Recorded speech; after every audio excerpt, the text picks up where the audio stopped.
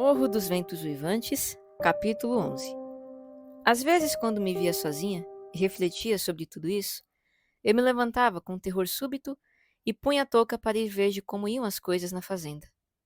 Persuadir a minha consciência de que era meu dever avisá-lo do que as pessoas falavam a respeito de sua atitude, mas logo me lembrava de seus maus hábitos, e sem esperança de conseguir ajudá-lo, desistia de voltar àquela casa sombria, duvidando de que ele fosse me dar ouvidos. Certa vez, ao ir a Gimmerton, passei diante do velho portão, desviando-me do meu caminho. Isso foi mais ou menos no período a que já cheguei na minha narrativa. Uma tarde clara e gelada, o chão nu, a estrada dura e seca. Cheguei a um ponto do caminho em que uma pedra marca uma encruzilhada com a estrada que leva para a charneca à esquerda. É um marco simples com as letras WH gravadas na face norte, G a leste e TG a sudoeste. Indica as direções para Grange, Heights e a aldeia. O sol amarelava o topo acinzentado do velho marco, fazendo com que eu me lembrasse do verão. Não sei dizer porquê, mas de súbito, uma onda de sensações infantis invadiu meu coração. 20 anos antes, aquele era um dos lugares da nossa predileção, minha e de Hindley. Fitei demoradamente o bloco de pedra, gasto pelo tempo. Inclinando-me, notei um buraco perto do chão ainda cheio das conchas de caracol e pedrinhas que tanto gostávamos de guardar ali, com outras coisas mais perecíveis. Com a nitidez da realidade, pareceu-me ver meu companheiro de brincadeiras sentado na grama ressecada, a cabeça morena e quadrada, curvada para frente, a mãozinha escavando a terra com um pedaço de ardósia. Pobre Hindley! Exclamei involuntariamente. Sobressaltei-me por um momento. Acreditei ver a criança levantar o rosto e me olhar bem nos olhos. A visão se desfez num instante, mas imediatamente senti um desejo irresistível de ir até Heights. A superstição me impeliu a respeitar o impulso. E se ele tivesse morrido? Pensei. Ou se estivesse prestes a morrer, aquele poderia ser um sinal da morte. Quanto mais me aproximava da casa, mais inquieta ia ficando. Ao vê-la, meu corpo inteiro começou a tremer. A aparição fora mais rápida do que eu. Estava ali, olhando através do portão. Foi a primeira coisa que me ocorreu ao ver um menino de cabelos cacheados, como os de um elfo, e os olhos castanhos, com o rosto corado de encontro à grade. Refletindo melhor, entendi que devia ser Harrington, o meu Harrington, em nada diferente de quando eu o deixara 10 meses antes. Deus o abençoe, meu querido, exclamei, esquecendo no mesmo instante os meus temores insensatos. Harrington, é Nellie. Nellie, sua babá. Ele recuou, saindo do meu alcance, e apanhou uma grande pedra. Vim ver seu pai, Harrington, acrescentei, imaginando pelo gesto dele que Nellie, se ainda estivesse presente em sua memória, não fora reconhecida como sendo eu. Ele ergueu a pedra para tirá-la. Comecei a dizer algumas palavras para tranquilizá-lo, mas não consegui deter sua mão. A pedra acertou minha touca. 2 lábios balbuciantes do menino saiu uma torrente de insultos, quer ele os entendesse, quer não, foram pronunciados com grande ênfase e distorciam suas feições de criança, transformando-as numa expressão chocante de malignidade. Esteja certo de que isso mais me entristeceu do que irritou. Quase chorando, tirei do bolso uma laranja e a ofereci a ele, a fim de apaziguá-lo. Ele hesitou, mas logo a arrancou da minha mão, como se imaginasse que só pretendia atraí-lo e depois frustrá-lo. Mostrei uma segunda, mantendo-a fora do seu alcance. Quem lhe ensinou a falar assim, menino? Perguntei. Foi o pároco? Quero mais é que o pároco vá para o inferno e você também. Me dê logo isso, replicou ele. Diga quem foi que lhe ensinou isso e eu dou, repeti. Quem é o seu professor? O diabo do meu pai, foi a resposta. E o que você aprende com seu pai? Continuei. Ele deu um pulo para tentar pegar a fruta e ergui-a mais alta. O que é que ele lhe ensina? Perguntei. Nada, disse ele. Só que é para eu sair da frente dele. Papai não pode comigo, xingo ele. Ah, e o diabo lhe ensina a chegar a seu pai? Observei. Não, disse devagar. Quem ensina então? Heathcliff. Perguntei se gostava do Sr. Heathcliff. Gosto, respondeu. Desejando saber por que razão gostava dele, só consegui entender o seguinte. Não sei. Ele se vinga do papai por mim. Xinga o papai quando o papai me xinga, diz que é para eu fazer o que quiser. E o pároco então não ensina a ler e a escrever? Insisti. Não. Me disseram que o pároco ia engolir os próprios dentes se entrasse pela porta. Heathcliff disse isso a ele. Pus a laranja em sua mão e lhe pedi para avisar ao pai que Nellie Jean estava esperando para falar com ele junto ao portão do jardim. Ele correu até a casa, mas em vez de Hindley, quem apareceu à porta foi Heathcliff. Dei meia volta e disparei a toda pressa pela estrada até chegar à encruzilhada, assustada como se houvesse um goblin nos meus calcanhares. Isso não teve uma relação direta com a história da senhorita Isabela, a não ser pelo fato de que me decidi a redobrar a vigilância e fazer o que pudesse para evitar que aquela má influência atingisse Grange, mesmo que assim eu desencadeasse uma tempestade doméstica, ao contrariar os desejos da senhora Linton. Na visita seguinte de Heathcliff, a senhorita estava no pátio alimentando os pombos. Fazia 3 dias que não dirigia a palavra à cunhada, mas também tinha parado com todas aquelas irritantes reclamações, o que já era um alívio e tanto. Heathcliff não tinha o hábito de fazer um único gesto desnecessário de cortesia para com a senhorita Linton. Eu sabia. Dessa vez, assim que a avistou, sua primeira precaução foi dar uma olhada na direção da frente da casa. Eu estava de pé junto à janela da cozinha, mas me escondi. Ele então atravessou o pátio e foi até onde ela estava, dizendo-lhe alguma coisa. Isabela pareceu encabulada, querendo sair dali, o que ele impediu, segurando-lhe o braço. Ela desviou o rosto. Aparentemente. Ele fizera alguma pergunta a qual ela não queria responder. Mais uma olhadela na direção da casa, e supondo que ninguém o estava vendo, o canalha teve descaramento de abraçá-la. Judas, traidor! Exclamei. Como é hipócrita, um mentiroso! Quem, Nelly? Indagou a voz de Catherine atrás de mim, e eu prestara atenção demasiado ao casal lá fora e não notara sua chegada. O imprestável do seu amigo, respondi indignada. O patife dissimulado lá fora. Ah, ele já nos viu. Está entrando. Será que vai conseguir encontrar uma desculpa plausível para estar cortejando a senhorita Isabela depois de ter dito à senhora que a detestava? A senhora Linton viu Isabela se soltar e correr para o jardim. No instante seguinte, Heathcliff abriu a porta. Não pude ocultar minha indignação, mas Catherine insistiu, zangada, que eu me calasse e ameaçou me expulsar da cozinha, caso eu fosse insolente a ponto de soltar a língua. A julgar pelo modo como fala, as pessoas achariam que é a dona da casa, exclamou ela. Está precisando que a coloque no seu lugar. Heathcliff, o que é que você pretende, causando esta comoção toda? Disse-lhe para deixar Isabela em paz. Imploro-lhe que faça isso, a menos que esteja farto de vir aqui e queira que Linton tranque as portas para não deixar entrar. Que Deus o impeça de tentar, retrucou o canalha. Nesse momento eu detestei. Que Deus o conserve manso e paciente. A cada dia que passa, tem mais vontade de mandá-lo para o céu. Psst, disse Catherine, fechando a porta interna.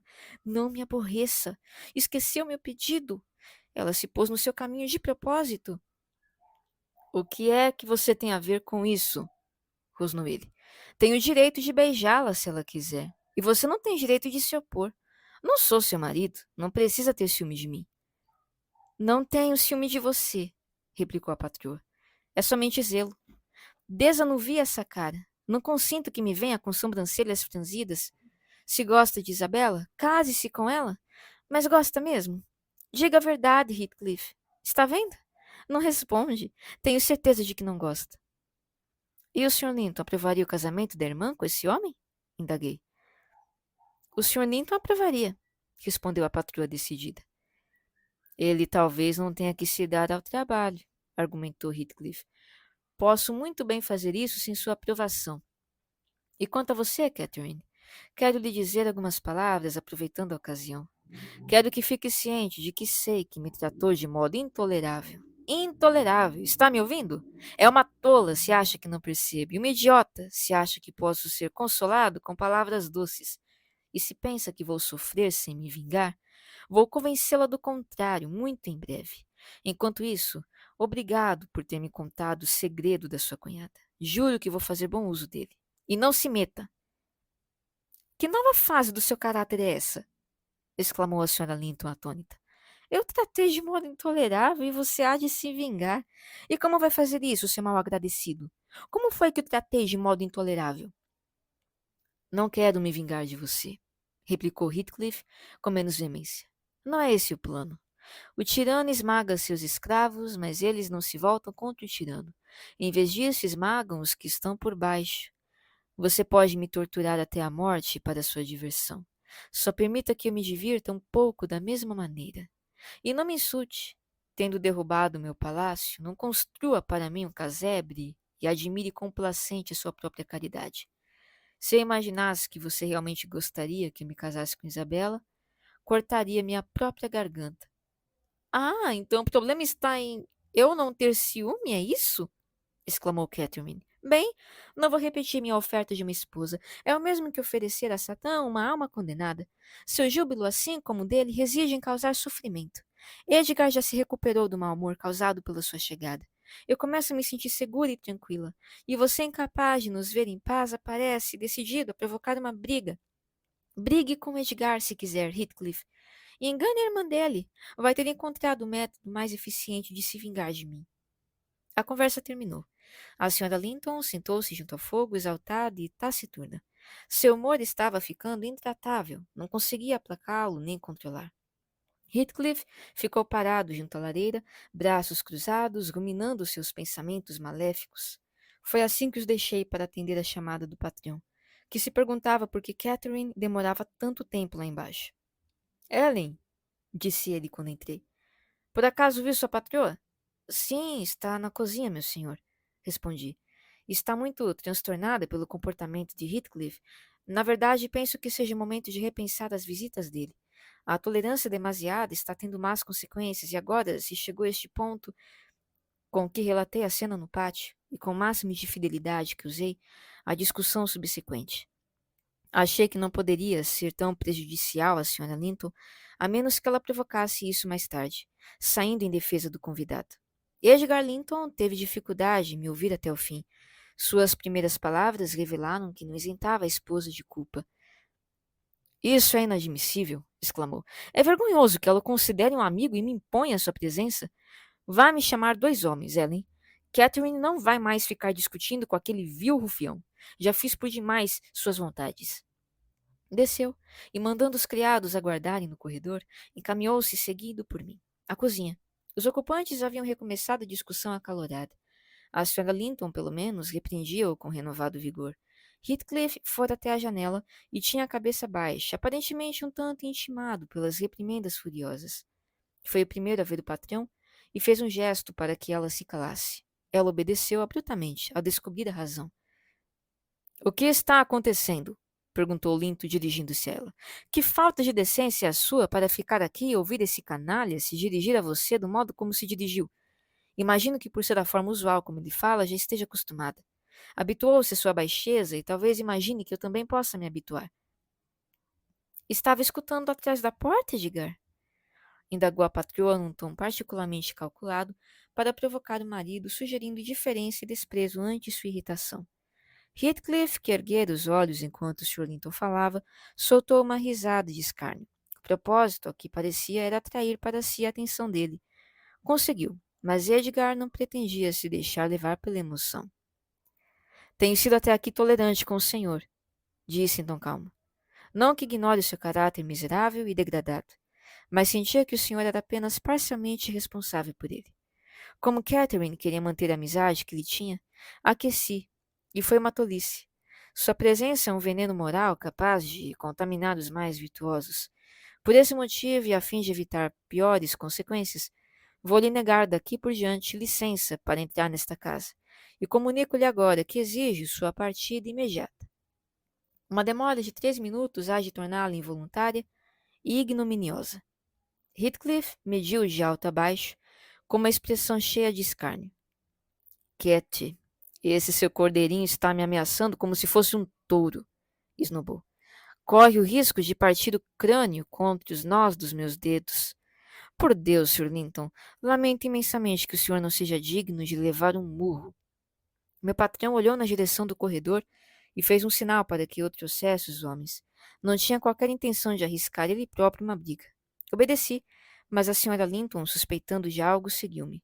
Quando tentei chamá-los, ela me puxou de volta, bateu a porta e trancou-a. Como você é justo, disse em resposta a expressão de raiva e surpresa do marido.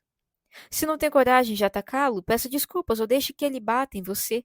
Isso vai ensiná-lo a não fingir mais coragem do que possui. Não, eu engulo a chave, mas você não há de apanhá-la. Estou sendo muito bem recompensada por minha gentileza para com os dois. Depois de tolerar constantemente a natureza fraca de um e a natureza ruim do outro, quero agradecer essas duas amostras de cega ingratidão, absurdamente estúpidas. Edgar, eu estava defendendo a você e aos seus, mas tomara que Heathcliff lhe dê uma surra por ousar pensar mal de mim. As palavras tiveram o mesmo efeito de uma surra. Ele tentou arrancar a chave da mão de Catherine, que com isso a jogou no fogo. O Sr. Edgar foi então tomado por uma tremedeira. A sua face ficou mortalmente pálida. Não tinha como evitar aquele excesso de emoção. Uma mistura de angústia e humilhação se apoderou dele por completo. Apoiou-se nas costas de uma cadeira e cobriu o rosto. Ah, céus, nos velhos tempos você seria nomeado cavalheiro, exclamou a senhora Linton. Fomos vencidos, fomos vencidos.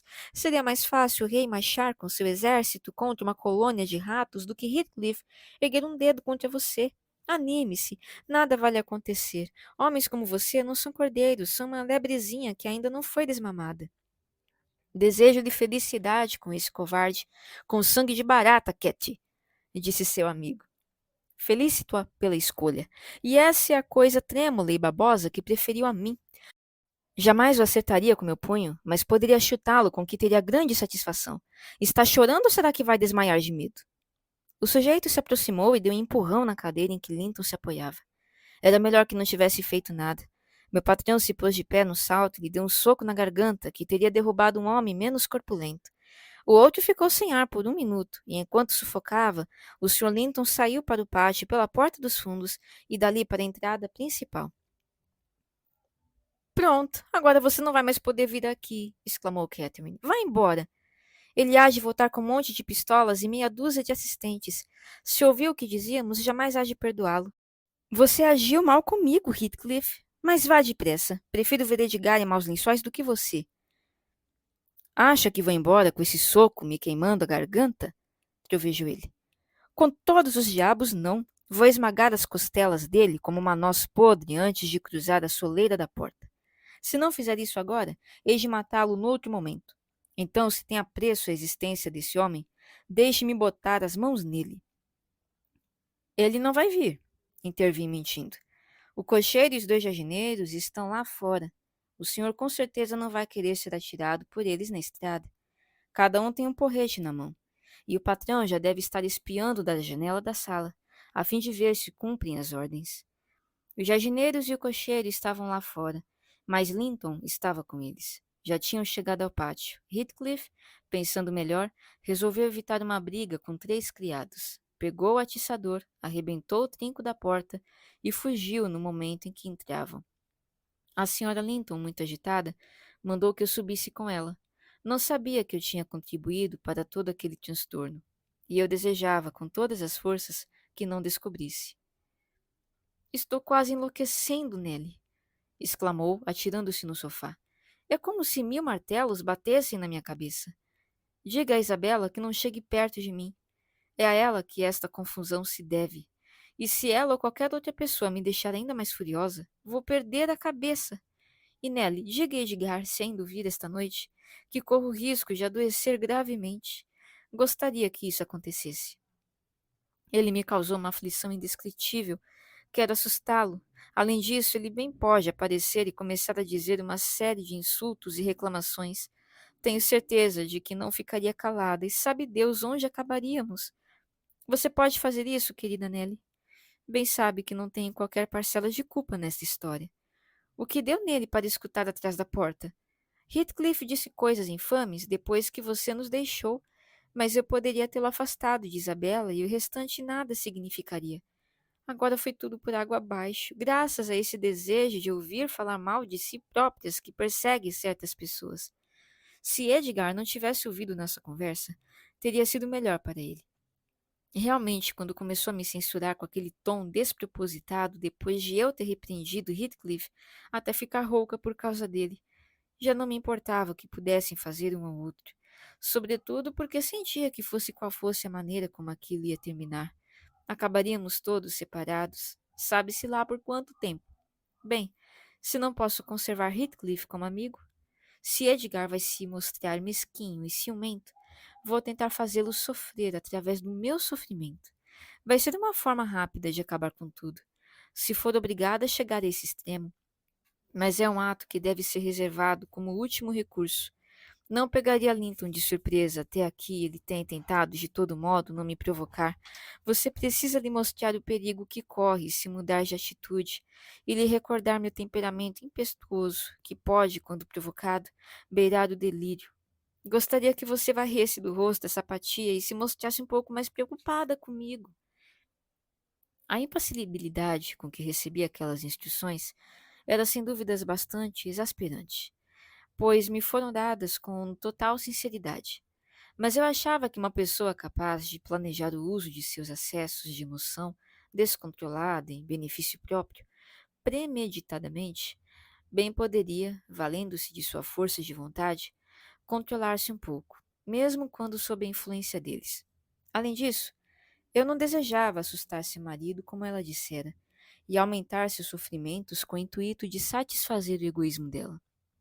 Portanto, nada disse ao ver o patrão se dirigindo à sala, mas tomei a liberdade de voltar, a fim de ouvir se recomeçariam a discussão.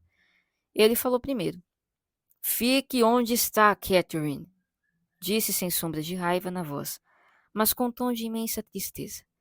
Não vou me demorar. Não vim discutir nem me reconciliar.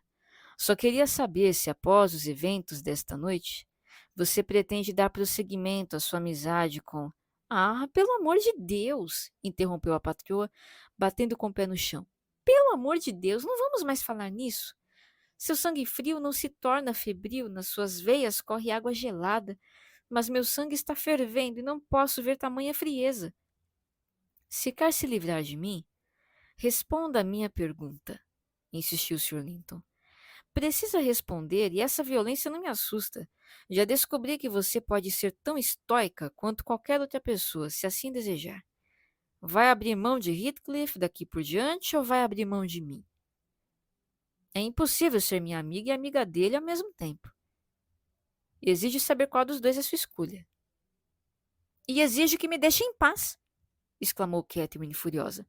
Ordeno, não vê que mal estou me aguentando de pé? Edgar, você me deixe em paz. Ela tocou a campainha até arrebentar o fio. Entrei como se não fosse nada demais. Aqueles acessos disparatados de fúria eram para acabar com a paciência de um santo.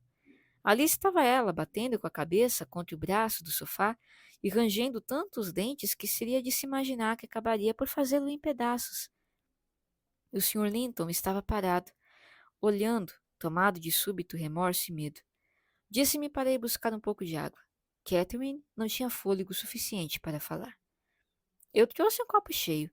Como ela se recusava a beber, salpiquei-lhe um pouco no rosto. Em poucos segundos, ela esticou o corpo, rígida, e revirou os olhos, enquanto sua face, agora lívida, assumia o aspecto da morte. Linton estava aterrorizado. Isso não é nada, sussurrei. Não queria que ele cedesse, embora não pudesse evitar um receio no fundo do meu próprio coração. Ela tem sangue nos lábios, disse ele estremecendo. Não ligue, respondi acidamente, e lhe contei como ela decidira antes da chegada dele encenar um ataque de nervos. Não tive a prudência de dizer isso em voz baixa. A patroa me ouviu, levantou num salto, o cabelo esvoaçando sobre os ombros, os olhos dardejando, os músculos do pescoço e dos braços, anormalmente protuberantes. Eu me preparei para ter os ossos partidos, no mínimo, mas ela só olhou ao redor por um momento e saiu depressa da sala. O patrão me mandou segui-la. Obedeci até a porta do seu quarto. Ela não me deixou entrar, entorcando-se ali. Como não desceu para o café da manhã, no dia seguinte, fui lhe perguntar se queria que eu o servisse no quarto. Não, respondeu, peremptória. A mesma pergunta foi repetida à hora do almoço e do chá, e novamente na manhã seguinte, e recebeu a mesma resposta. O Sr. Linton, por sua vez, passava o tempo na biblioteca e não perguntava pela esposa. Isabela e ele tinham tido uma conversa de 1 hora de duração, durante a qual ele tentou extrair dela alguns sentimentos de aversão aos avanços de Heathcliff, mas nada pôde concluir de suas respostas evasivas e foi obrigado a encerrar a investigação de modo insatisfatório. Acrescentou, porém, a advertência solene de que se ela cometesse a insanidade de encorajar aquele indigno pretendente, isso dissolveria as relações entre os dois.